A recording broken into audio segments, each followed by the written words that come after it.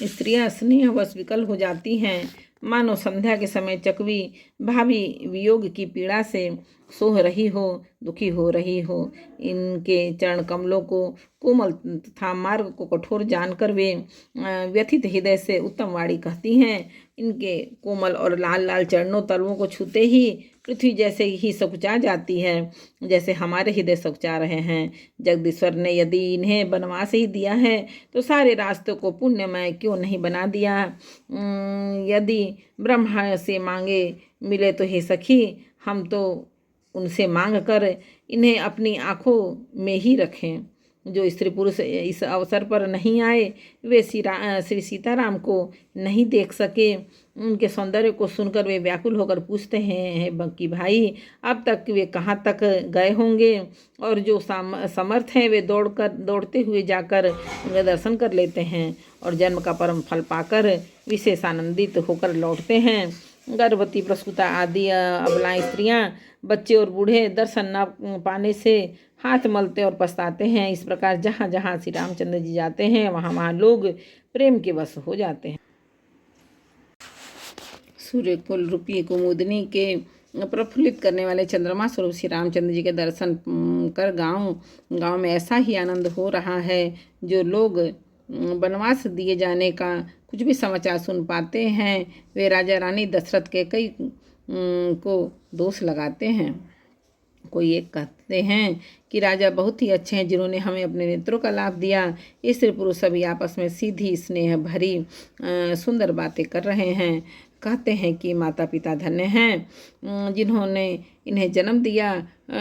वह नगर धन्य है जहाँ से ये आए हैं। वह देश, पर्वत, वन और गांव धन्य हैं और वही स्थान धन्य है जहाँ ये जाते हैं। ब्रह्मा ने उसी को रचकर सुख पाया है जिसके ये श्री रामचंद्र जी सब प्रकार से स्नेही हैं। पथिक रूप श्री राम लक्ष्मण की सुंदर कथा सारे रास्ते और जंगल में छा गई है। रघुकुल रूपी कमल के खिलाने वाले सूर्य श्री रामचंद्र जी इस प्रकार मार्ग के लोगों को सुख देते हुए सीता जी और श्री लक्ष्मण जी सहित वन को देखते हुए चले जा रहे हैं। आगे श्री राम जी हैं, पीछे लक्ष्मण जी सुशोभित हैं। तपस्वियों के वेश बनाए दोनों बड़ी ही शोभा पा रहे हैं। दोनों के बीच में सीता जी कैसी सुशोभित हो रही हैं जैसे ब्रह्म और जीव के बीच में माया। फिर जैसी छवि मेरे मन में बस रही है उसको कहता हूँ।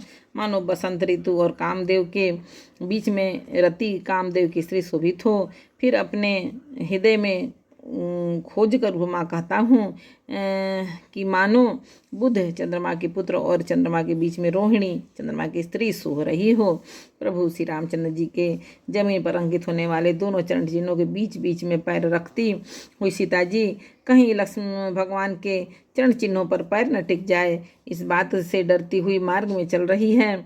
और लक्ष्मण जी मर्यादा की रक्षा के लिए सीता जी और श्री रामचंद्र जी के श्री राम जी के दोनों के चरण चिन्हों को बचाते हुए उनके दाहिनी रखकर रास्ता चल रहे हैं।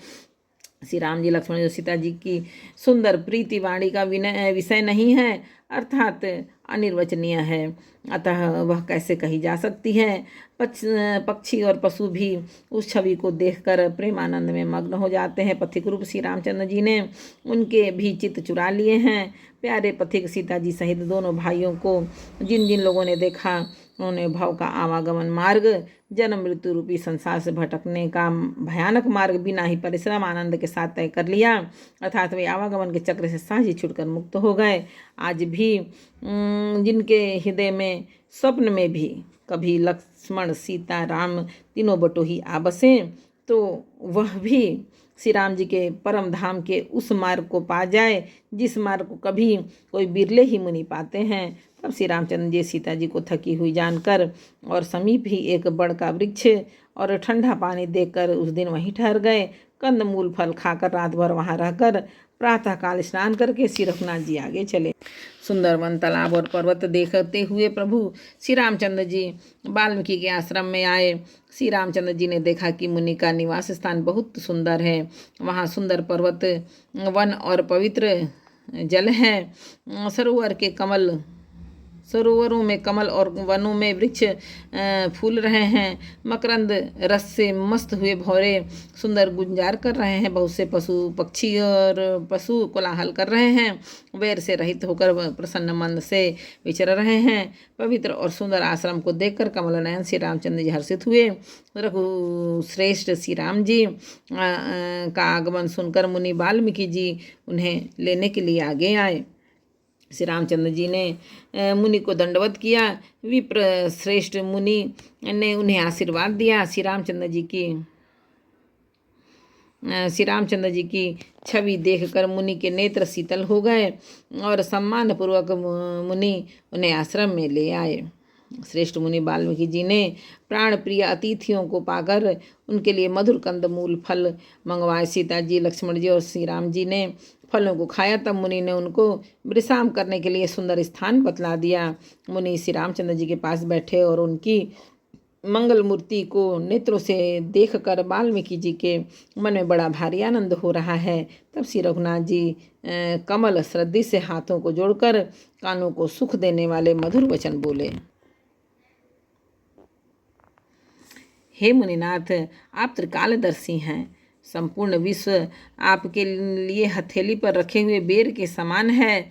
प्रभु श्री रामचंद्र जी ने ऐसा कहकर फिर जिस जिस प्रकार से रानी के कई ने वनवास दिया वह सब कथा विस्तार से सुनाई और कहा, हे प्रभु, पिताजी की आज्ञा का पालन, माता का हित और भरत जैसे स्नेही और एवं धर्मात्मा भाई का राजा होना और फिर मुझे आपके दर्शन होना, यह सब मेरे पुण्यों का प्रभाव है। एक बार बोलो रामायण मैया की जय। श्री रामचरित मानस के अयोध्याकांड का 5-10 समर्पण जय श्री राम जानकी भोलेनाथ माता जय भगवान।